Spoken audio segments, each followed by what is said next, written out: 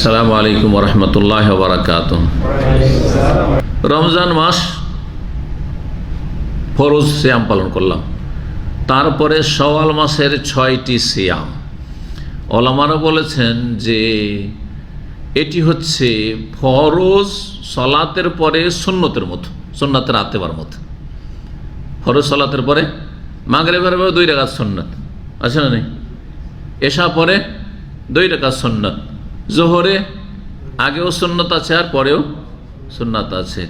তো জোহরের আগের সুন্নতের সাথে এই সুন্নত শাবান আর শাওয়ালের সিয়াম রোজাগুলির আছে। শাবানের রোজাগুলি হচ্ছে জোহরের আগের সুন্নতের মতো, জি হ্যাঁ, আর শাওয়ালের যে সিয়াম এটি হচ্ছে জোহরের পরের সুন্নত, সুন্নতে বাদিয়ার মতো।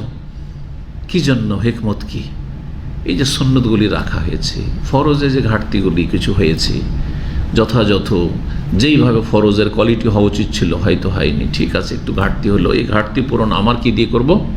আমার সুন্নত দিয়ে করব, যার ফলে এই সুন্নতগুলি রাখা হয়েছে, সুন্নতগুলি রাখা হয়েছে। ঠিক তেমনই রমজান মাসে সিয়াম তো 30-29 যা ছিল মাস গোটাটাই রেখেছি, কিন্তু এতে বিভিন্ন ঘাটতি তো আছে, বিভিন্ন ঘাটতি আমাদের আছে।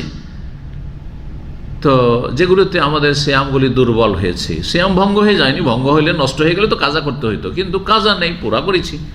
তারপরে যে ঘাটতি ত্রুটি আছে, সেই জন্য আমি কী করবো, শাওয়াল মাসে 6টি সিয়াম পালন করব। এই মর্মে প্রিয় মুহাম্মদ রাসূলুল্লাহ সাল্লাল্লাহু আলাইহি ওয়াসাল্লামের সহিহ মুসলিমের হাদিস হয়েছে, 1984 নম্বর হাদিস সহিহ মুসলিমে।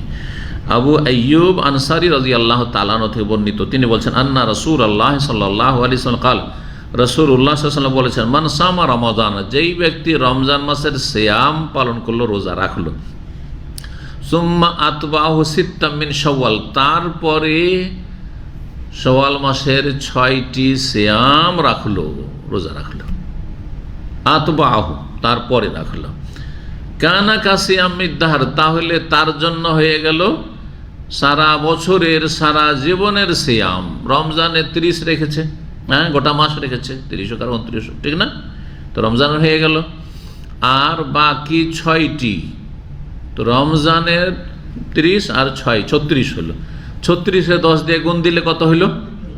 হ্যাঁ, 360, আর 360 দিনে 1 বছর, 360-এ 1 বছর। ইংরেজিতে 65 চলে যায়, কারণ একটা করে 31 মাঝে মাঝে আসতে থাকে, আর আরবিতে 54-55 পর্যন্ত হয়, সুতরাং মাঝামাঝি ধরলে 360 হয়। তো গোটা বছরের সিয়াম মের ফজিলত পেয়ে গেলেন এই 6টি শাওয়াল মাসের সিয়াম রাখলে। ঈদের দিন রাখা চলবে না, এখানে একটি মাসলা আমাদের জানতে হবে, কি? ঈদের দিনে সিয়াম পালন করা হারাম, না যায়। সুতরাং সেই দিন কেউ যদি রোজা রাখে তাহলে গুনাহগার হবে। পহিলা শাওয়ালটা বাদ দিলেন, তারপরে যে দ্বিতীয় শাওয়াল থেকে শুরু করে শাওয়ালের শেষ পর্যন্ত যে কোনো দিনে রাখতে পারেন, কারণ অনেক প্রশ্ন আসতে থাকে, যাতে করে আজকের আলোচনাতে প্রশ্ন উত্তর সব পেয়ে যায়। একসাথেও রাখতে পারেন, একসাথে 6টা রেখে দিন, অথবা 6টাকে একেবারে ভেঙে ভেঙে রাখতে পারেন। হ্যাঁ, প্রত্যেক সপ্তাহে একটা দুটা করতে করতে শেষ সপ্তাহে 28-29 শাওয়ালে গিয়ে শেষ করলেন, কোনো অসুবিধা আছে? 30 শাওয়ালের দিকে যাবেন না, কারণ 30 শাওয়াল নাও হইতে পারে, চাঁদ উঠে গেল 29-এর পর, ঠিক না? সেজন্য 30ও যাবেন না, যাতে করে জিলকাদ না চলে আসে। আর পহিলা শাওয়ালও চলবে না, বাকি দ্বিতীয় শাওয়াল মাসের 2 তারিখ থেকে শুরু করে বা দ্বিতীয় দিন থেকে শুরু করে 29 পর্যন্ত যে কোনো দিনে রাখতে পারেন। একসাথে শাওয়ালের শুরুতে রাখতে পারেন, মাঝখানে রাখতে পারেন, শেষ দিকেও রাখতে পারেন, আবার ভেঙে ভেঙেও রাখতে পারেন, যেইভাবে ইচ্ছা, যেমনভাবে ইচ্ছা 6টি পুরা করলেই হইল। তাহলে এই মাসলা হয়ে গেল। কারণ আরেকটি মাসলা থেকে যায়, যে মাসলা সম্পর্কে লোকেরা জিজ্ঞাসা করতে থাকে, তা হচ্ছে যে কারো যদি কাজা থাকে, আর বিশেষ করে মহিলাদের সাধারণত কিছু কাজা হয়েই যায়, তাই না? আর পুরুষদের মধ্যে যারা অসুস্থ অথবা মুসাফির কিছু কাজা হয়ে আছে, যাদের রমজানের কিছু কাজা বাকি আছে, এখন শাওয়াল মাসের এই 6টি রোজা রাখবে, সিয়াম পালন করবে, তো আগে কাজা পুরা করা আবশ্যক, ফরজ, তারপরে তখন শাওয়ালের 6টি রাখবে, নাকি কাজাগুলো পারলে করবে, না হলে করবে না, শাওয়ালের 6টি রেখে নিতে পারবে, আর কাজা পরেও করলে চলবে, নাকি পেয়ে যাবে? কি জানা আছে আপনাদের? হ্যাঁ, এই বিষয়ে ওলামাদের দুটো মত রয়েছে, আর এই দুটো মত ইজতিহাদি মত। এই হাদিস থেকে নিয়েছেন যারা এই শব্দের অর্থ, তারা বলছেন যে না, আগে রমজান মাস কমপ্লিট করতে হবে, রমজান মাসের 30 যদি পুরা না হয়ে থাকে, কাজা বাকি থাকে, কাজা করতেই হবে। আর তারপরে তখন কি করতে হবে? শাওয়ালের 6 রোজা 6 সিয়াম পালন করতে হবে। কিভাবে তারা নিয়েছেন? মানসামা রমজান, না, যেই ব্যক্তি রমজানের সিয়াম পালন করলো, সুম্মা আতবা, অতঃপর, তারপরে, সুম্মা, তারপরে, আতবাহু সিত্তা মিন শাওয়াল, শাওয়ালের 6টি রাখলো। তাহলে যেই ব্যক্তির কাজা 5টা 7টা বাকি আছে বা 2-4টা বাকি আছে, সেই ব্যক্তি তো সামা রমজান হয়নি, রমজানের সিয়াম কমপ্লিট করেনি, রমজানের সিয়ামটা পুরা হয়নি। আর তারপরে করলো, তারপরে তো হলো, রমজানের পরে হলো না, আবার রমজানের কিছু বাকি থেকে গেল আর সওয়াল করতে থাকলো, তো এটা চলবে না। তারা বলছেন এটা চলবে না। সুতরাং কি করতে হবে? অবশ্যই রমজানের পুরা করতে হবে, আর তার পুরা করে তারপরে সওয়ালে রাখতে হবে। তাহলে তার কাজা আছে, কি করতে হবে? আগে কাজা শুরু করো, কাজাগুলি কমপ্লিট করার পরে যদি সময় থাকে আর সক্ষম থাকো, তাহলে সওয়ালে রাখো, আর না হলে সওয়ালে রাখিও না। এটি হচ্ছে তাদের মত। এই মতটি হচ্ছে প্রসিদ্ধ বর্তমান যুগের সৌদি আরবের সবচেয়ে বড় আলেম যারা, তাদের হচ্ছেন শেখ মোহাম্মদ বিন সালেহ ওসাইমি রাহিমাহুল্লাহ থেকে, আর শেখ বিন বাজ রাহিমাহুল্লাহ খানিকটা এড়িয়ে গেছেন, যদিও তিনি ওইভাবে শক্ত করে বলেননি। তাদের মত যে আগে রমজান কি করতে হবে? রমজানের কাজা থাকলে কাজা কমপ্লিট করতে হবে, রমজান পূর্ণ করতে হবে, তারপরে 6টি সওয়াল রাখতে হবে। কিন্তু অন্য অন্য ওলামারা বলছেন যে শাওয়াল মাসের 6টি রোজা শাওয়াল মাসে সীমিত, এই মাসের ভিতরে রাখতে হবে, ঠিক কিনা?